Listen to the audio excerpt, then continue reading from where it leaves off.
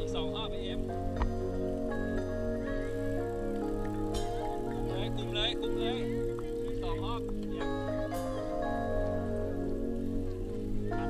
อีก2 รอบ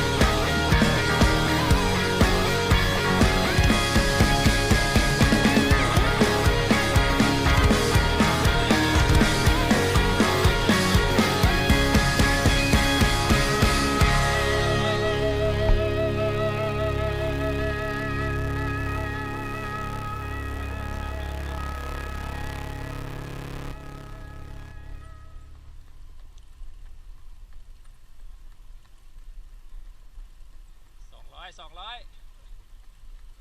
กดเอา200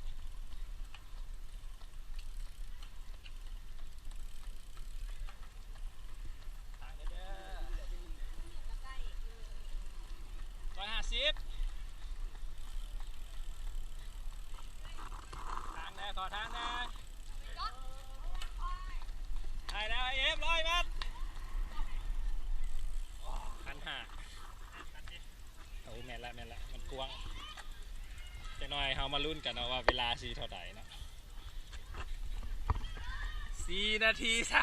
33อีก3 วิลูกพี่ไปได้แล้วไหน